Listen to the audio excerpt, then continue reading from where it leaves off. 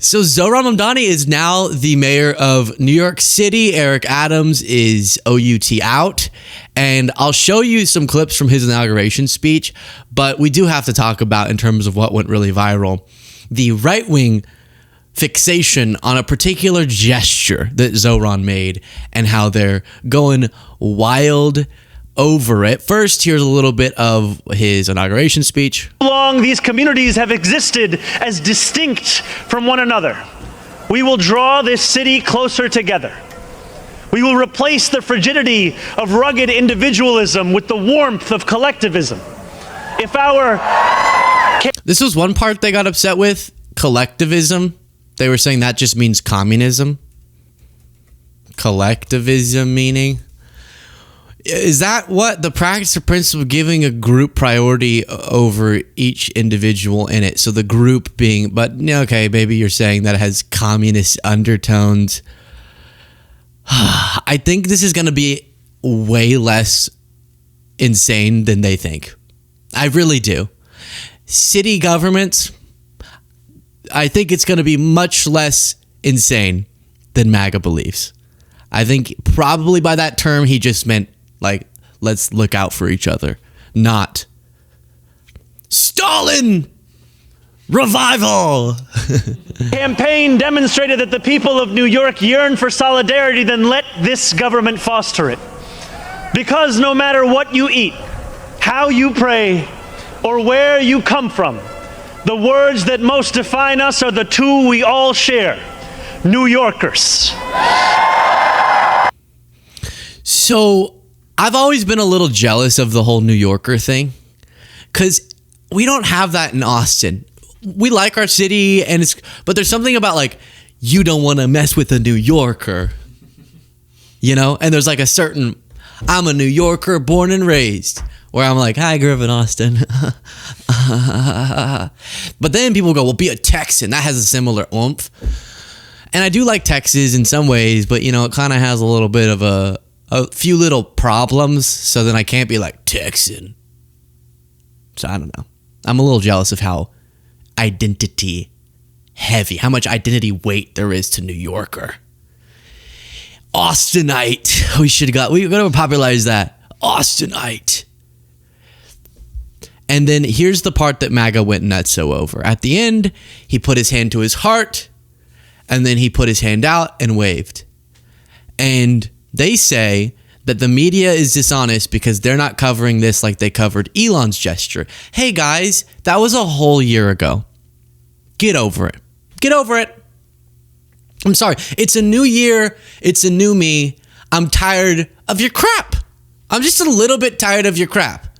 I've dealt with it. I feel like it's been just rubbed all over me. And I try to go, well, maybe is this actually real food that it just really smells bad, but okay, maybe I saw it come out of your bum, but maybe it is real food. I'll try to consume it. No, it was poop. I'm done with it. It smells like poop. I'm calling it poop. I'm not eating it. Meaning, I don't think you're even trying to be honest, so I don't care. If you'll make honest points, I'll contend with them. Even if we disagree, I want to be in good faith about that. If it's obvious, just BS, back to the poop analogy, then no, not for me anymore. I'm done eating poop. That's my New Year's resolution. Out of context, that sounds a little wacky. But they here are acting like Zohran's number one was anything like Elon's.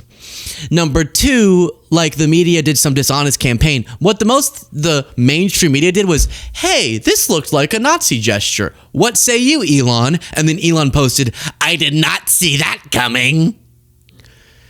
Okay, well then what was that, a troll? What was this about? Let's compare the two. This was a right-wing account posting the comparison, which kind of proves the point. While you watch it, please do click the subscribe button. It's very simple, but it helps get the word out about the show. And I don't want to understate how many right-wing accounts and outlets were reporting on this and going, it's so dishonest, the liberal media won't talk about how Zohran hailed Hitler. What's the past tense? Hailed Hitler. Wow, that was really dumb. Hailed.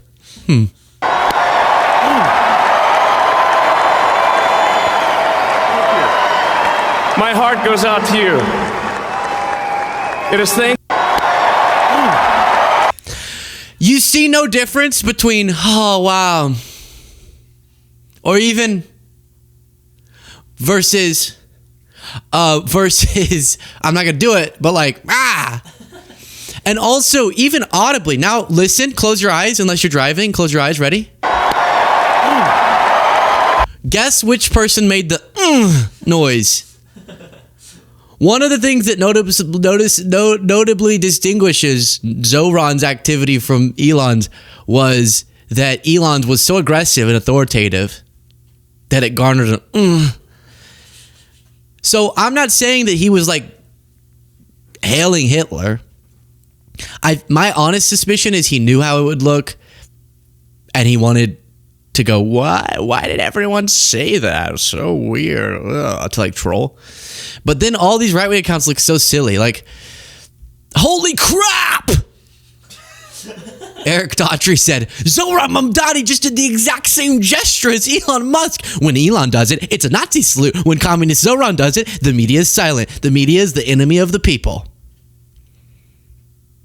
Exact same gesture.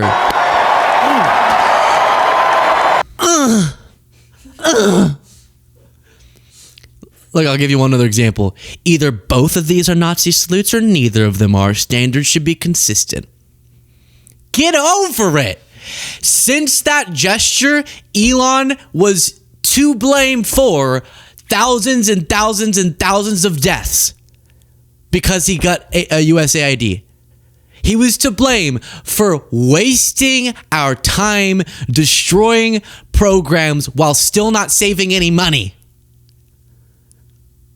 He was to blame for running around the government, dismantling organizations that hold powerful people like him accountable, and then running out to his Tesla. I love Tesla. And you're still focused on feeling like he was dishonestly portrayed for jutting his hand like he was trying to puncture a balloon? No, thank you. We're done with it. The year of 2026. We're over it. No, over you. Not over you, but like over taking up with your crap. Here's more from Mamdani's speech. In writing this address, I have been told that this is the occasion to reset expectations, that I should use this opportunity to encourage the people of New York to ask for little and expect even less. I will do no such thing. The only expectation I seek to reset is that of small expectations. Beginning today, we will govern expansively and audaciously. We may not always succeed, but never will we be accused of lacking the courage to try. So listen, I don't know how he'll do. We're just going to have to see. And I think it's pretty clear and obvious why he won. And the ambitious, groundbreaking, material change, imminent energy, not the status quo, is what Democrats need to take a signal from. And also, some of what I've heard him say about politics is like, oh, right, really? Oh. Some of his past policy proposals were like, wait, that doesn't seem plausible. Some of them seem good. We're just going to have to see how he governs. And that'll be interesting. Now, speaking of Elon Musk, in the hand gesture clip, best of luck to Zohran, of course. And I hope Trump doesn't start sending you lewd messages after the last time y'all hung out. Elon Musk responded, he's so strange. He goes around the X platform and searches his own name clearly because he's not tagged in this. He's not tagged in this video. So he had to search his own name and find it, and it's some random TikTok influencer who's described as a Somali TikToker, and Elon responds, then it is war, to some random person. He's like one of those powerful people in the world. He's like, this is war with this random TikToker. Let's see what she said that garnered this.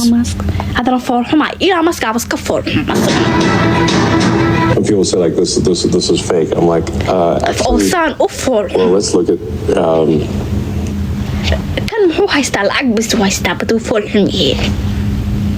Let's go for it in the egg. Well, I wouldn't worry too much about this one. I wouldn't worry too much about him. He about to die. So she said he's about to die. Don't say that. Hey, don't say that. And Elon, why are you digging up some random irrelevant TikToker and saying this is war with her? Like UV her? You're going to war with her? TikTok account 327? You're war with her? No, what he probably means is Somalians or Somali Americans, because that's been huge in the news. But yeah, I mean, that's bad to say. I saw her clarification video. It took a long time. Maybe I could just summarize it. It was kind of, that was taken out of context. I was saying he doesn't look well. Can you pull up that photo? Elon on a yacht. That like he looks unhealthy and that he's gonna die from natural causes. But in politics, don't say stuff like that, obviously. I just find it deranged that who knows how many viewers she had, and instead of it being like reported to the police if you actually felt threatened, hold that for a second, you get 27 million views, almost certainly flood her with death threats, and then say you're going to war with her, with Somali TikToker number 7. Like, what are we doing here? Now, what she said in her apology video was the broader context was that they were talking about his health, and that she thought this vibe become meme. Was maybe meaning he wasn't healthy, and then she was like, I just want everyone to be healthy. So a dumpster fire. Okay, this whole back and forth is insane. But I do need to talk about a little bit this quote unquote Minnesota Somali fraud that Tim Walz is implicated in, needs a precise narrative. And I'll show you a few clips that add some good information. The zoomed out story is that now there's a revival of a discussion about Minnesota fraud, and members of the Somali and Somali American community in Minnesota, some people of that identity were a part of fraud schemes. So now they're just making it about anyone of a Somali heritage, which is often how they exploit these stories. That then causes us to get away from what the reasonable discussion would be, which is how do you implement effective solutions to prevent fraud on government programs. And this dates back to, and this is what's annoying, is I have no problem going, this was big fraud, bad, hold everyone accountable. And I don't think it's that. But that's not what they're saying. They're acting like there was a Democratic cover-up, that Tim Walz wanted this to happen. And what it was, you might remember during the pandemic era, there was just money flying all over the place in the form of relief. And it was, in an emergency like that, really hard for the authorities to vet properly and to do oversight, and there was a failure of oversight. So you had the PPP loan program getting abused in all sorts of ways and prosecutions being brought because of that. In this case, there was a bunch of fraud with people claiming to be organizations that are feeding children, getting government funds because of that goal, but they're actually lying about it and then keeping the money. And yeah, regardless of their identity or their immigration background, should be held accountable for that. Here's a guy on TikTok or Instagram breaking down some of how this spiraled into a wild political story. He scammed a little bit. There's this YouTuber named Nick Stanley or Dick Staley or something to that effect. Nick Shirley. And he's going around to these child care centers in Minnesota, and he's like, oh, this is a scam. It's not open. It's not open. It turned out one of them had already been closed by the government for at least a year. Right? The thing that this kid is trying to do is he's trying to equate it with the Feed Our Children program or Feed Our Future program, which is about a $250 million fraud. 78 people were indicted. I mean, granted, they have turned that. This guy breaks down great information. I just wish we could have gotten into a car or a closed space, because the is definitely a little irritating, but great information that he's breaking down. And to kind of fill in, and then I'll play a little bit more, as I referenced, that fraud that happened during the pandemic, you might be thinking, oh, they just uncovered it in Minnesota with the feeding kids programs that were being abused. Guess who was president when a bunch of people were prosecuted for engaging in that fraud? Joe Biden. It's Joe Biden. Guess who was governor of Minnesota? Tim Walz. It's Tim Walz.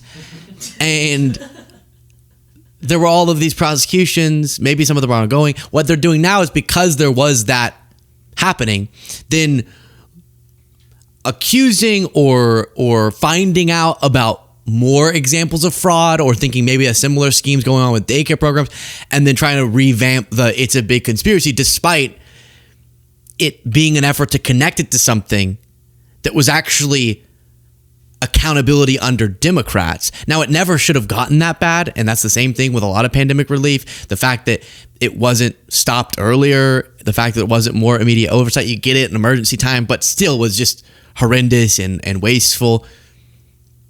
But the alleging of some cover-up that would justify Tim Walz resigning, or would justify the rhetoric they're now just throwing against anyone who they vaguely think is associated with Somalians, is obviously not factually based. 250 million number into 9 billion on the internet, and they want us to condemn the entire Somali population for a 78% indictment. Look at that. If you go to the paycheck protection program from COVID, thousands of people were indicted. 90% of them were white. And now are we expecting everybody to condemn all white people for the same thing? Please fucking spare me. The entire race is to blame. The entire group of people, the entire continent, the entire country of people, all of that is race baiting. So many bots now that are talking about this YouTube kid, and they're just posting in every Facebook group. They have like fake names. They are just new accounts. Yeah, so all of a sudden, Nick Shirley, there was already that real story about the fraud that happened in Minnesota that people were being held accountable for. Then it kind of blew back up because Nick Shirley alleged that he uncovered more, or went to what were supposed to be healthcare providers or daycares and was like, let me see the kids. But there weren't really any kids there, and they were probably just fronts for blah, blah. And a lot of that, I can't really confirm what the veracity is of different claims that are more new, because there hasn't been a chance for them to be thoroughly investigated through proper means and not just a YouTuber. But I saw Nick Shirley did an interview, and I guess he's getting a lot of hate, and he wants us to know that he's a virgin. These people are like, I saw something, someone's calling me like a PDF. They're saying all these crazy allegations. I'm like, hey, what sucks for them is they're never going to be able to get me. I don't drink alcohol. I don't do drugs. I'm a virgin. I don't have sex with random girls. You're not going to catch me on no sexual allegation charges. I don't have any addictions. I don't have any vices. So what are these people going to get me for? They're done. I'm religious. Either you're a just stand-up guy, or you're definitely a serial killer. Because when people go, they have nothing. You don't eat unhealthy food too often. You don't do something in the privacy of your own home, a little funky. You don't like sit on the toilet backwards to pee and it kind of gets you something. You don't like nicotine, like nothing. Fine, kudos. But I also think you're lying. I think you're lying. Like Trump. Trump famously doesn't drink at all, right? He has bigger problems though. That doesn't mean people are like, no, man, he's just a stand-up guy. He must be Christian because he doesn't drink. It's like, Hitler didn't drink famously either. What?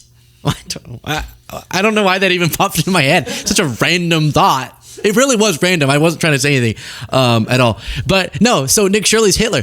No, I'm kidding. I'm kidding. Of course I'm kidding, because he's not. He's just a guy. I'm sure he's just out there trying to make it. And I don't blame him. It was a little weird to be like, come here. But I didn't even watch the video. I just saw clips. I'm being honest with you. And we all agree fraud should be held accountable. Just going up to healthcare places or something and going, show me the kids.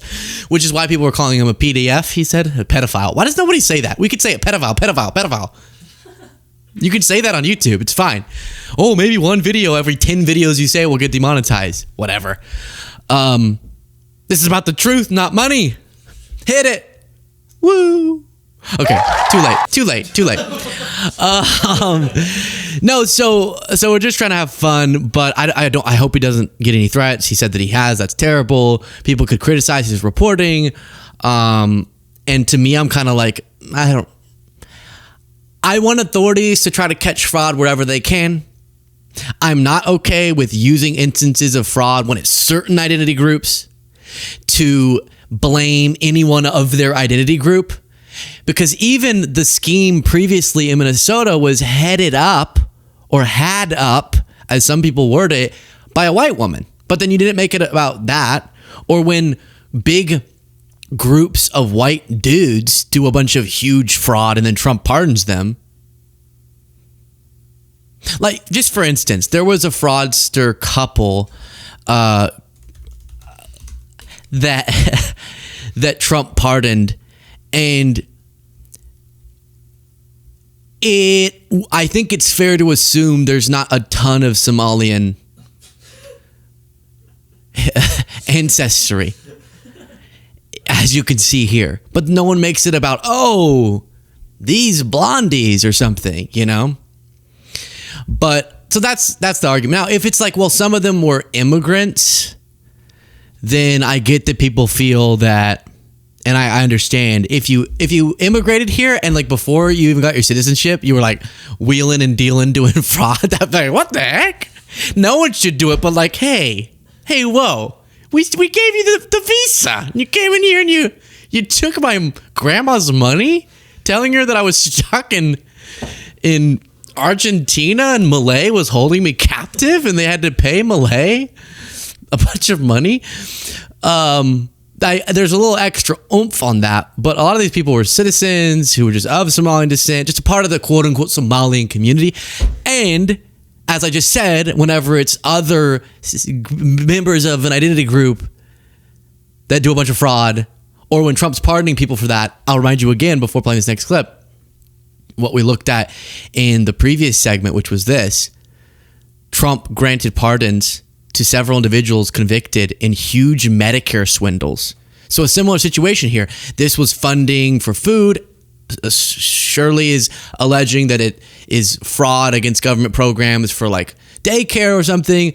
And this was healthcare fraud, wasting our taxpayer money to enrich these guys, described by the DOJ as the largest healthcare fraud scheme ever, charged against an individual, and Trump pardoned the guy.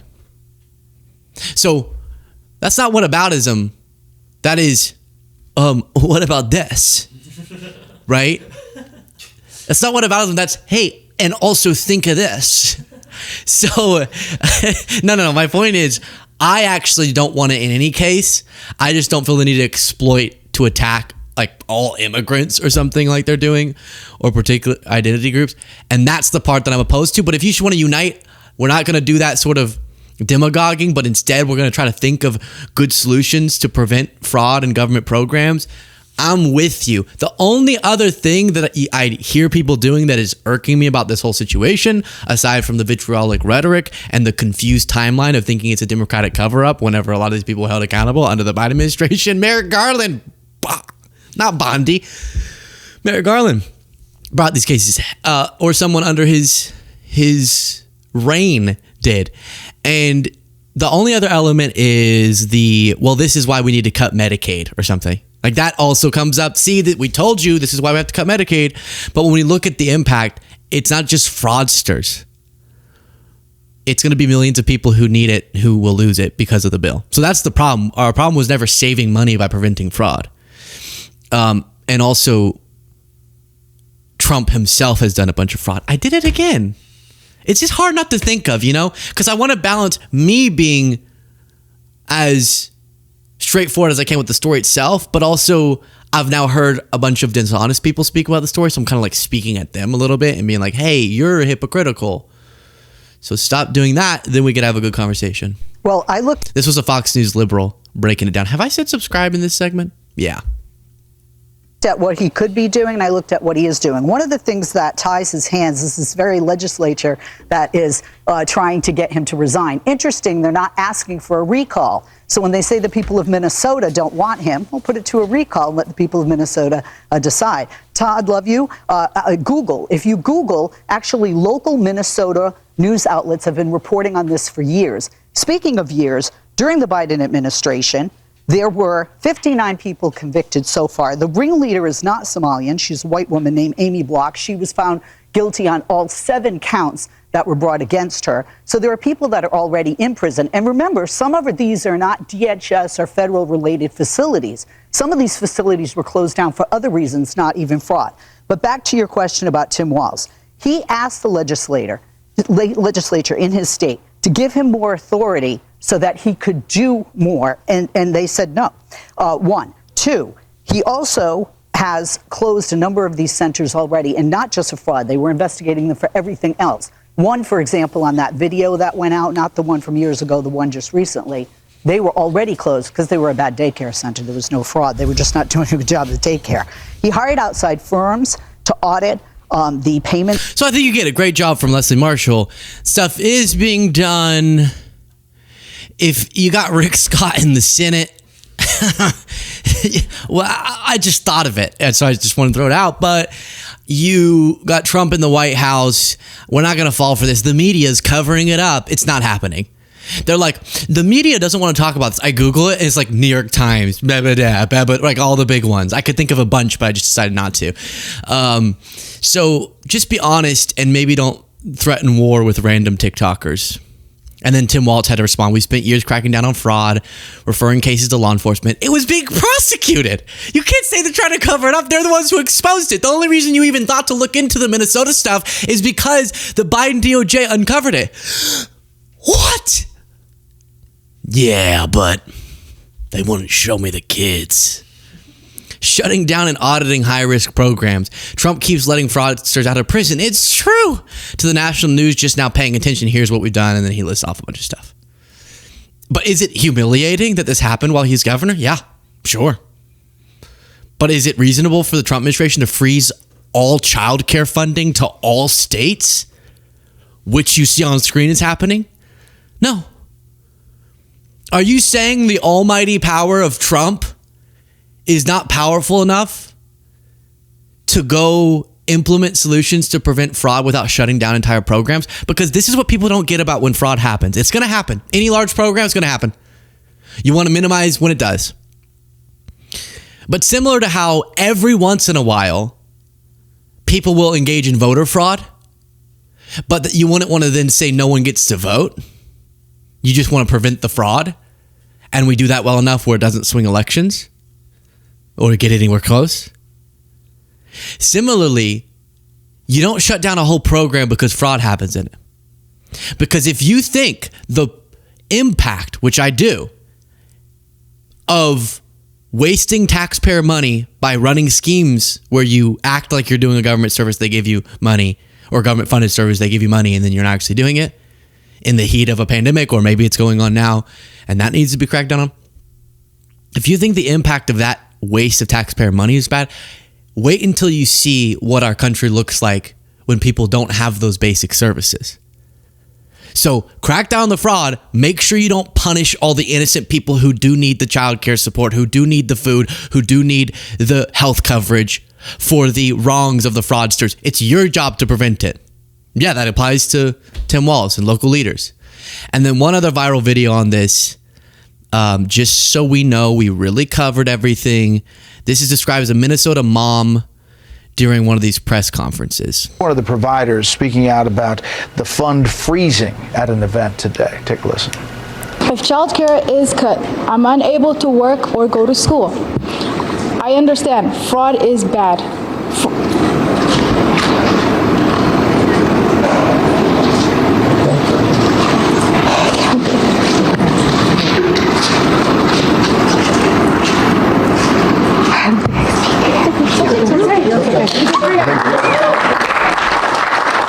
Not sure what happened there at the end, Trey. I admit that she thought that was not supposed to be in there, but fraud is bad, and it's a bad issue.